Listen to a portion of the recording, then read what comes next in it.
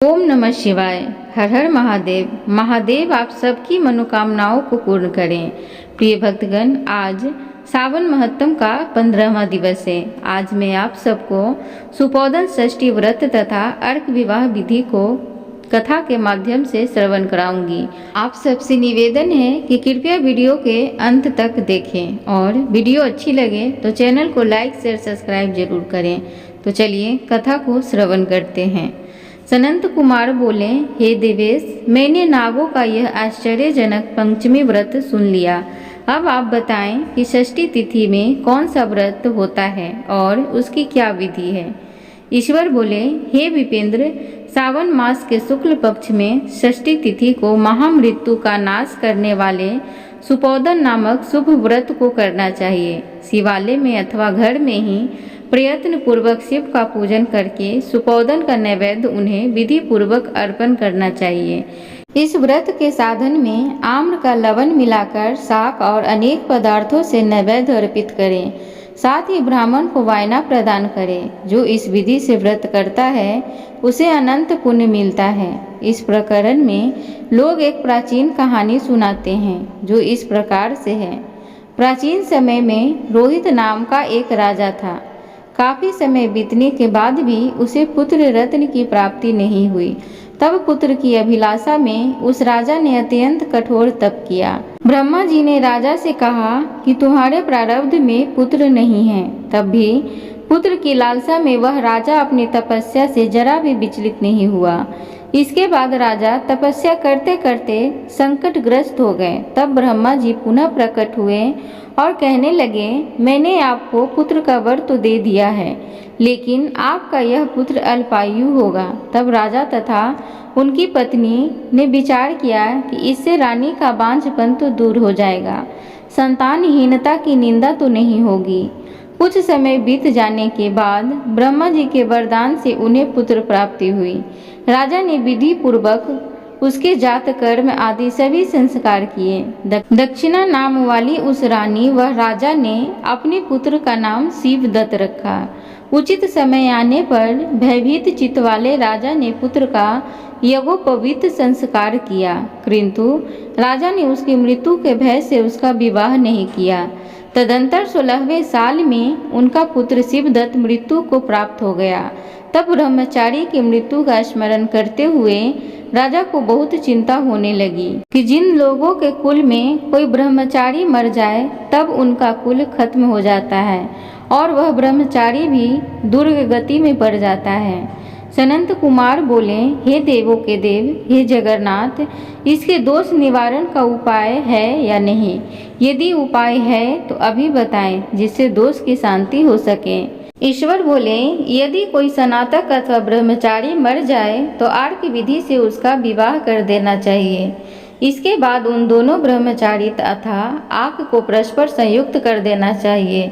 अब अर्क विवाह की विधि कहते हैं। मृतक का गोत्र नाम आदि लेकर देश काल का उच्चारण करके कर्ता कहे कि मैं मृत ब्रह्मचारी के दोष निवारण हेतु वैसर्गिक व्रत करता हूँ। सर्वप्रथम सुवर्ण से अभयोदयिक करके अग्नि स्थापन कर आधार होम करके चारों विहारतियों ओम भू, ओम भुवा, ओम स्वाहा, ओम मह से हवन करना चाहिए। इसके बाद व्रत अनुष्ठान के उत्तम फल से निर्मित व्रतपति अग्नि के संपादनार्थ विशेष देवों के लिए घृत की आहुति डालें। उसके बाद शिविष्टिकृत होम करके अवशिष्ट होम संपन्न करें। पुनः देश काल का उच्चारण करके इस प्रकार बोलें, मैं आर्क विवाह करूँगा।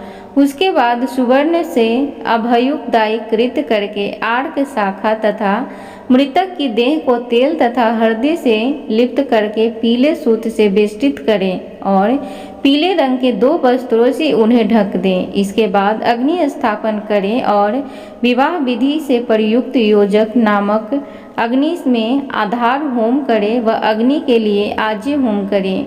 उसके बाद चारों बृहर्तियों से ओम भू, ओम भुवः, ओम स्वः, ओम महा बृहस्पति तथा कामदेव के लिए आहुति प्रदान करें। पुनः घृत से स्विष्टकृत होम करके संपूर्ण हवन कर्म समाप्त करें।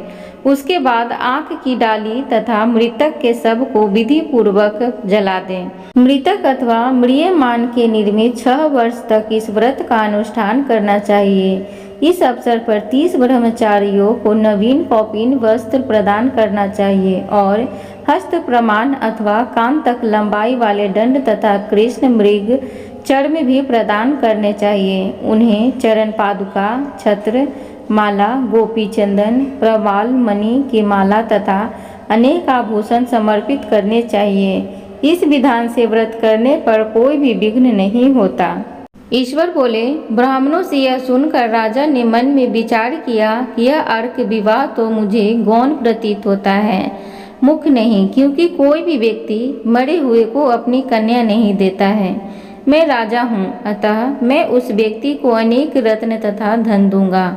जो कोई भी इसकी वधू के रूप में अपनी कन्या प्रदान करेगा। उस नगर में एक ब्राह्मण था।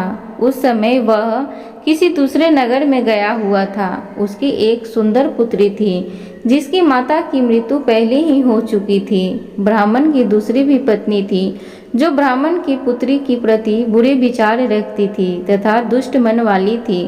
कन्या 10 वर्ष की थी तथा दीन भी थी और अपनी सौतेली माता के अधीन भी थी।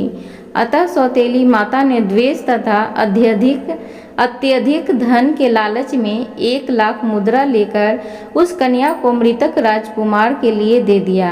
कन्या को लेकर राजा के लोग नदी के तट पर शमशान भूमि में राजकुमार के पास ले गए और सबके साथ उसका विवाह कर दिया। इसके बाद विधि पूर्वक सबके साथ कन्या का योग करके जब वे जलने की तैयारी करने लगी तब उस कन्या ने पूछा, हे सज्जनों, आप लोग यह क्या कर रहे हैं? तब वे सभी दुखित मन से कहने लगे कि हम लोग तुम्हारे इस पति को जला रहे हैं। इस पर भयभीत होकर बाल स्वभाव के कारण रोती हुई उस कन्या ने कहा, आप लोग मेरे पति को क्यों जला रहे हैं? मैं जलाने नहीं दूंगी। आप लोग सभी यहाँ से चले जाइए। मैं अकेली ही यहाँ बैठी रहूंगी और जब ये उठेंगे तब मैं अपने पति देव के साथ चली जाऊंगी। उसका हठ देखकर दया के कारण दिन चित वाले कुछ भाग्यवादी वृद्धजन कहने लगे, अहो, होनहार भी क्या होता है, इसे कोई भी नहीं जान सकता। दीनों की रक्षा करने वाले तथा कृपालु भगवान न जाने क्या करेंगे। सौत की पुत्री का भाव रखने के कारण सौतेली माता ने इस कन्या को बेच दिया है। अतः संभव है कि भगवान इसके रक्षक हो जाएंगे। अतः हम लोग इस कन्या को और इस सब को नहीं जला सकते। इसलिए सभी को अच्छा लगे तो हम लोगों को यहाँ से चले जाना चाहिए। परस्पर ऐसा निश्चय करके वे सब अपने नगर को चल गए। बाल स्वभाव के कारण कन्या कहती है, यह सब क्या है? इसे न जानती हुई भय से व्याकुल वह कन्या एकमात्र शिव तथा माता पार्वती का स्मरण करती रही। उस कन्या के स्मरण करने से सब कुछ जानने वाले तथा दया से पूर्ण हृदय वाले शिव पार्वती शीघ्र ही वहां आ गए। नंदी पर विराजमान उन तेज निधान शिव पार्वती को देखकर उन देवों को कन्या नहीं जानती थी। फिर भी उस कन्या ने पृथ्वी पर दंड की भांति प्रणाम कर किया। तब उसे आश्वासन प्राप्त हुआ कि पति से तुम्हारे मिलने का समय अब आ गया है। तब कन्या ने कहा कि मेरे पति अब जीवित नहीं होंगे। उसके बाल स्वभाव से प्रसन्न तथा दया से परिपूर्ण शिव पार्वती ने कहा कि तुम्हारे माता सुपोधन नामक व्रत किया था, उस व्रत का संकल्प करके तुम अपने पति को प्रदान करो। तुम कहो कि मेरी माता के द्वारा जो सुपोधन नामक व्रत किया गया है उसके प्रभाव से मेरे पति जीवित हो जाएं। तब कन्या ने वैसा ही किया और उसके परिणाम स्वरूप शिवदत्त जीवित उठ खड़ा हो गया। उस कन्या को व्रत का उपदेश देकर शिव तथा माता पार्वती अंतर्ध्यान हो गए। तब शिवदत्त ने उस कन्या से पूछा कि तुम कौन हो और मैं यहाँ कैसे आया हूँ? तब उस कन्या ने उसे सारा वृतांत सुनाया और रात्रि हो गई। प्रातः काल होने पर नदी के तट पर गए लोगों ने राजा को वापिस आकर कहा कि हे राजन, आपका पुत्र व पुत्रवधू नदी के तट पर स्थित हैं। विश्वसनीय लोगों से यह बात सुनकर राजा बहुत खुश हुआ। वह हर्ष भेरी बजवाते हुए नदी के तट पर गया। सभी लोग प्रसन्न होकर राजा की प्रशंसा करने लगे। हे राजन, मृत्यु के घर गया हुआ आपका पुत्र पुनः लौट आया है। इस पर राजा पुत्रवधू की प्रशंसा करने लगे और बोले कि लोग मेरी प्रशंसा क्यों कर रहे हैं। प्रशंसा के योग्य तो यह वधू है। मैं तो भाग्यहीन तथा अधम हूँ। धन्य और सौभाग्यशालिनी तो यह पुत्र वधू है, क्योंकि इसी के पुण्य प्रभाव से मेरा पुत्र जीवित हुआ है। इस प्रकार अपने पुत्र वधू की प्रशंसा करके राजा ने दान तथा सम्मान के साथ श्रेष्ठ ब्राह्मणों का पूजन किया और ग्राम से बाहर ले जाए गए मृत व्यक्ति के पुनः ग्राम में प्रवेश कराने से संबंधित शांति की विधि को ब्राह्मणों के निर्देश पर विधि पूर्वक संपन्न किया। हे वत्स, इस प्रकार मैंने आपसे यह सुपोदन नामक व्रत कहा। इसे 5 वर्ष तक करने के अनंतर उद्यापन करना चाहिए। पार्वती तथा शिव की प्रतिमा का प्रतिदिन पूजन करना चाहिए और प्रातःकाल आम के पल्लवों के साथ चरु का होम करना चाहिए। साथ ही नैवेद्य तथा वायन अर्पित करना चाहिए। मनुष्य यदि व्रत की बताई गई इस विधि के अनुसार आचरण करे तो वह दीर्घजीवी पुत्र प्राप्त करके मृत्यु के बाद शिवलोक को जाता है। ओम नमः शिवाय। तो प्रिय भक्तगण, इस प्रकार श्री स्कंद पुराण के अंतर्गत ईश्वर अनंत कुमार संवाद में सावन मास महात्म्य में सुपोदन षष्ठी व्रत कथन नामक 15वां अध्याय पूर्ण हुआ। उम्मीद करूंगी कि आज की ये सावन महत्तम कथा आप सबको अच्छी लगी होगी। तो कृपया चैनल को लाइक शेयर सब्सक्राइब जरूर करें। कमेंट बॉक्स में हर हर महादेव जरूर लिखें। धन्यवाद।